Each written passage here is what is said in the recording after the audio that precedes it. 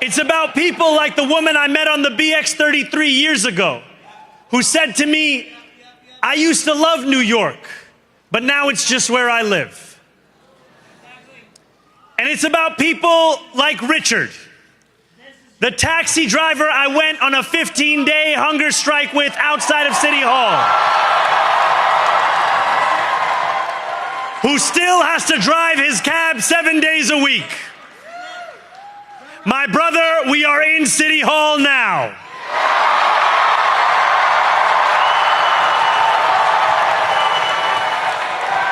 This victory is for all of them, and it's for all of you.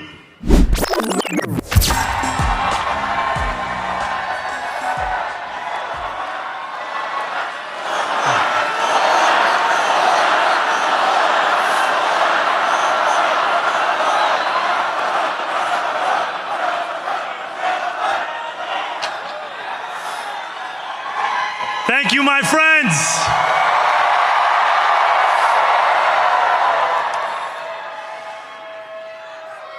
The sun may have set over our city this evening, but as Eugene Debs once said,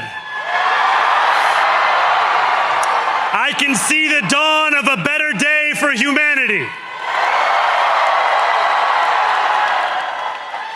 For as long as we can remember, the working people of New York have been told by the wealthy and the well-connected that power does not belong in their hands. Fingers bruised from lifting boxes on the warehouse floor, palms calloused from delivery bike handlebars, knuckles scarred with kitchen burns. These are not hands that have been allowed to hold power. And yet, over the last 12 months, you have dared to reach for something greater.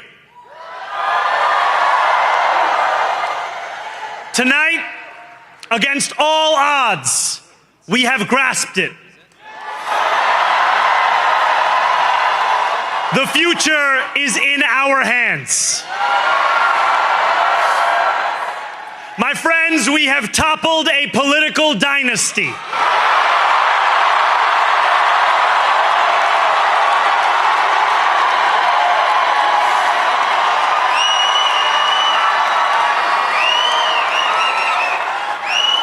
I wish Andrew Cuomo only the best in private life. But let tonight be the final time I utter his name as we turn the page on a politics that abandons the many and answers only to the few.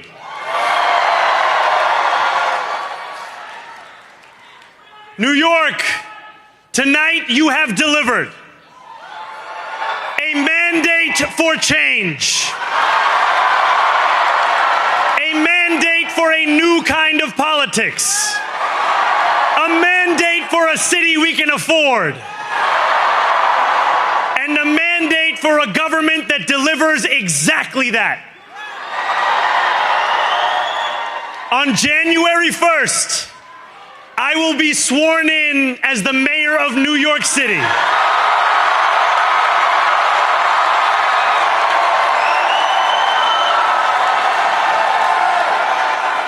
And that is because of you.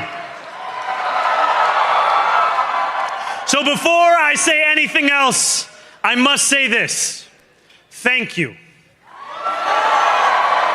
Thank you to the next generation of New Yorkers who refused to accept that the promise of a better future was a relic of the past. You showed that when politics speaks to you without condescension, we can usher in a new era of leadership. We will fight for you because we are you. Or as we say on Steinway, ana minkum wa ilaykum.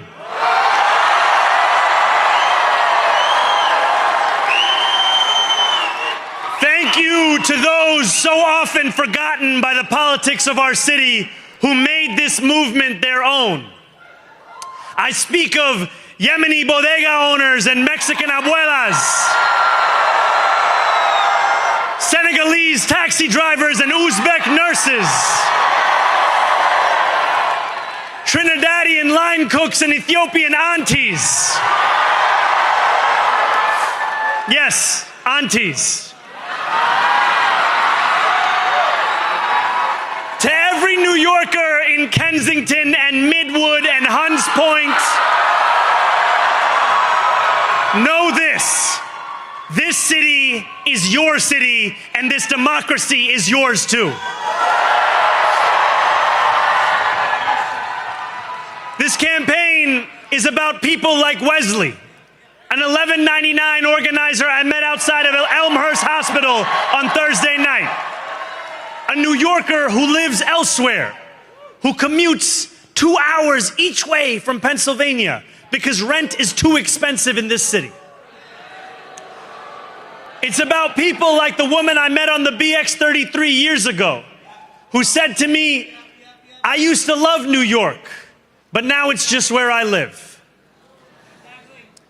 And it's about people like Richard, the taxi driver I went on a 15-day hunger strike with outside of City Hall, who still has to drive his cab 7 days a week. My brother, we are in City Hall now.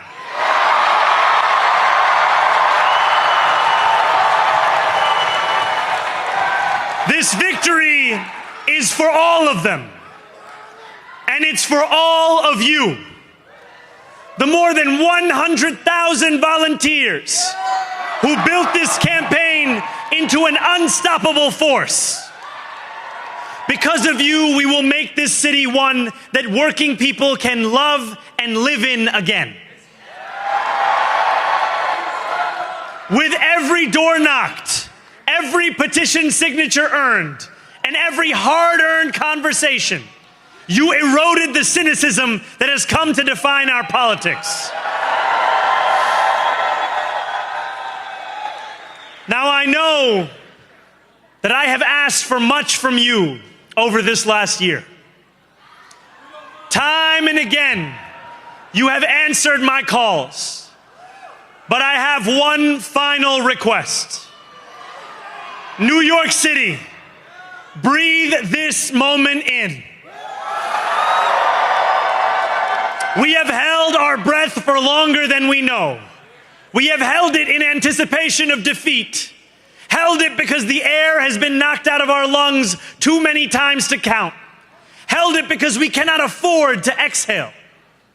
Thanks to all of those who sacrificed so much, we are breathing in the air of a city that has been reborn.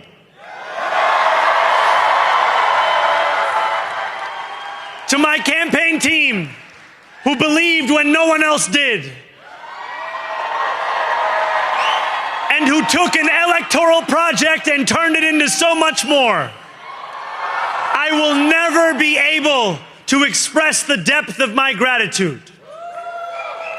You can sleep now. To my parents, Mama and Baba, you have made me into the man I am today. I am so proud to be your son.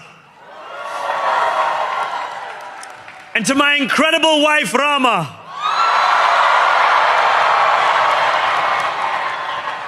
Hayati, there is no one I would rather have by my side in this moment and in every moment.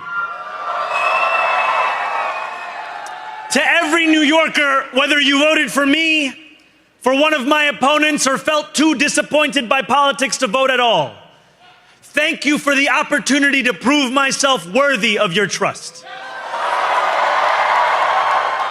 I will wake each morning with a singular purpose: to make this city better for you than it was the day before. There are many who thought this day would never come, who feared that we would be condemned only to a future of less, with every election consigning us simply to more of the same. And there are others who see politics today as too cruel for the flame of hope to still burn. New York We have answered those fears. Tonight we have spoken in a clear voice. Hope is alive. Hope is a decision that tens of thousands of New Yorkers made day after day, volunteer shift after volunteer shift, despite attack ad after attack ad.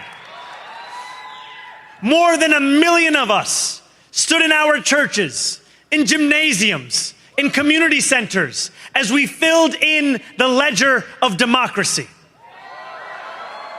And while we cast our ballots alone, we chose hope together. Hope over tyranny. Hope over big money and small ideas. Hope over despair. We won because New Yorkers allowed themselves to hope that the impossible could be made possible. And we won because we insisted that no longer would politics be something that is done to us. Now it is something that we do.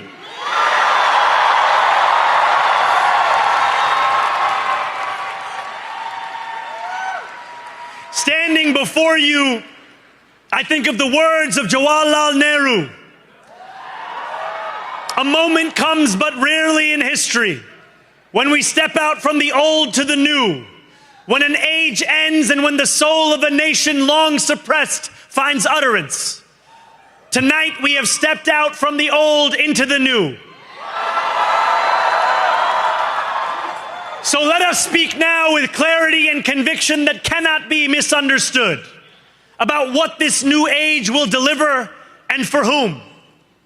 This will be an age where New Yorkers expect from their leaders a bold vision of what we will achieve, rather than a list of excuses for what we are too timid to attempt. Central to that vision will be the most ambitious agenda to tackle the cost of living crisis that this city has seen since the days of Fiorella LaGuardia.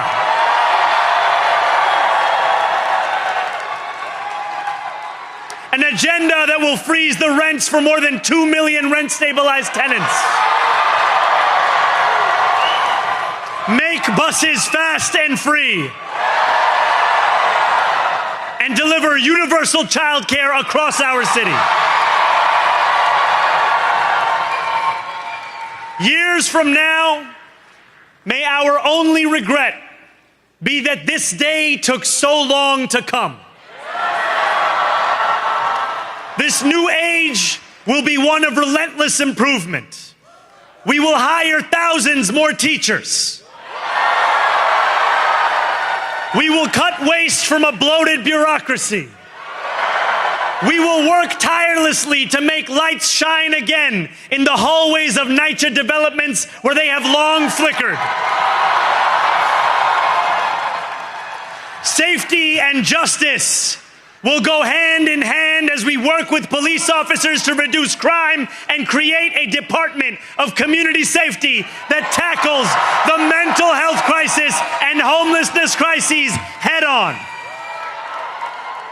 Excellence will become the expectation across government, not the exception. In this new age we make for ourselves, we will refuse to allow those who traffic in division and hate to pit us against one another. In this moment of political darkness, New York will be the light. Here, we believe in standing up for those we love. Whether you are an immigrant, a member of the trans community, one of the many black women that Donald Trump has fired from a federal job, a single mom still waiting for the cost of groceries to go down, or anyone else with their back against the wall, your struggle is ours too. And we will build a city hall that stands steadfast alongside Jewish New Yorkers and does not waver in the fight against the scourge of anti-Semitism. where the more than 1 million Muslims know that they belong. Not just in the 5 boroughs of this city, but in the halls of power. No more will New York be a city where you can traffic in Islamophobia and win an election.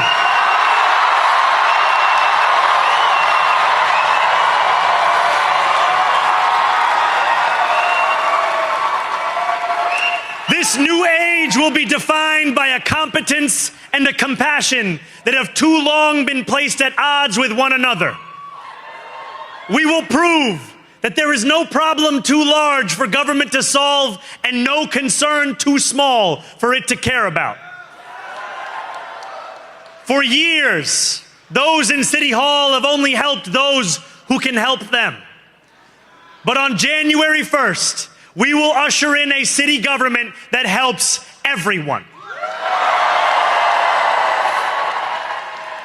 Now, I know that many have heard our message only through the prism of misinformation.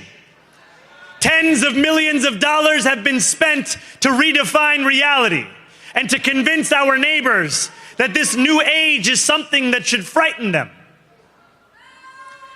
As has so often occurred, the billionaire class has sought to convince those making $30 an hour that their enemies are those earning $20 an hour.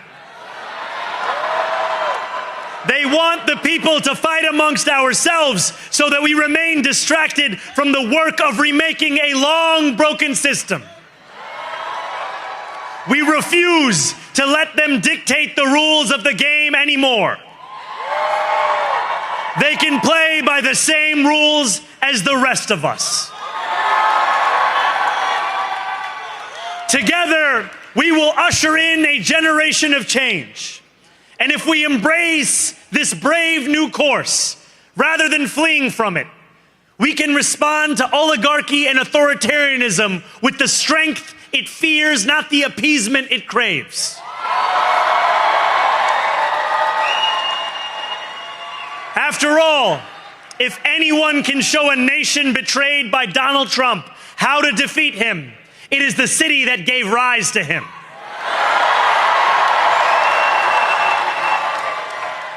And if there is any way to terrify a despot, it is by dismantling the very conditions that allowed him to accumulate power. This is not only how we stop Trump, it's how we stop the next one. So Donald Trump, since I know you're watching, I have 4 words for you. Turn the volume up.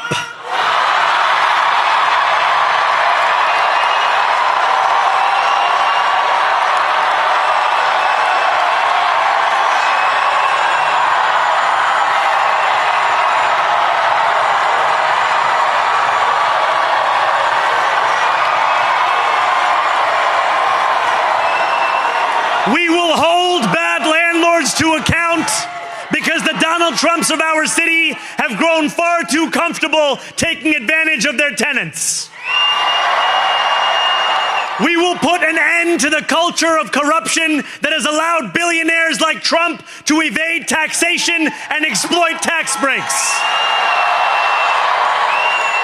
We will stand alongside unions and expand labor protections because we know, just as Donald Trump does, that when working people have ironclad rights, the bosses who seek to extort them become very small indeed.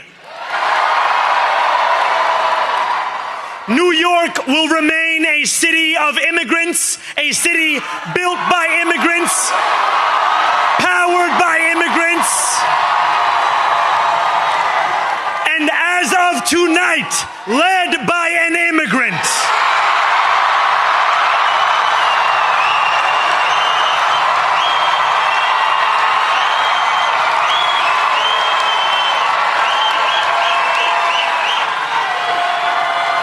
So hear me, President Trump, when I say this. To get to any of us, You will have to get through all of us.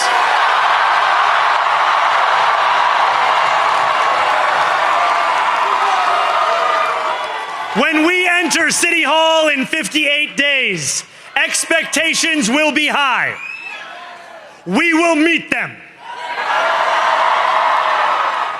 A great New Yorker once said that while you campaign in poetry, you govern in prose. If that must be true, let the prose we write still rhyme, and let us build a shining city for all. And we must chart a new path, as bold as the one we have already traveled. After all, the conventional wisdom would tell you that I am far from the perfect candidate. I am young, despite my best efforts to grow older. I am Muslim. I am a democratic socialist. And most damning of all, I refuse to apologize for any of this. And yet, if tonight teaches us anything, it is that convention has held us back. We have bowed at the altar of caution, and we have paid a mighty price. Too many working people cannot recognize themselves in our party. And too many among us have turned to the right for answers to why they've been left behind. We will leave mediocrity in our past. No longer will we have to open a history book for proof that Democrats can dare to be great. Our greatness will be anything but abstract. It will be felt by every rent-stabilized tenant who wakes up on the first of every month, knowing the amount they're going to pay hasn't soared since the month before. It will be felt by each grandparent who can afford to stay in the home they have worked for, and whose grandchildren live nearby because the cost of childcare didn't send them to Long Island. It will be felt by the single mother who is safe on her commute and whose bus runs fast enough that she doesn't have to rush school drop-off to make it to work on time. And it will be felt when New Yorkers open their newspapers in the morning and read headlines of success, not scandal. Most of all, it will be felt by each New Yorker when the city they love finally loves them back. Together, New York, we're going to freeze the... Together, New York, we're going to make buses fast and... Together, New York, we're going to deliver universal... Let the words we've spoken together, the dreams we've dreamt together, become the agenda we deliver together.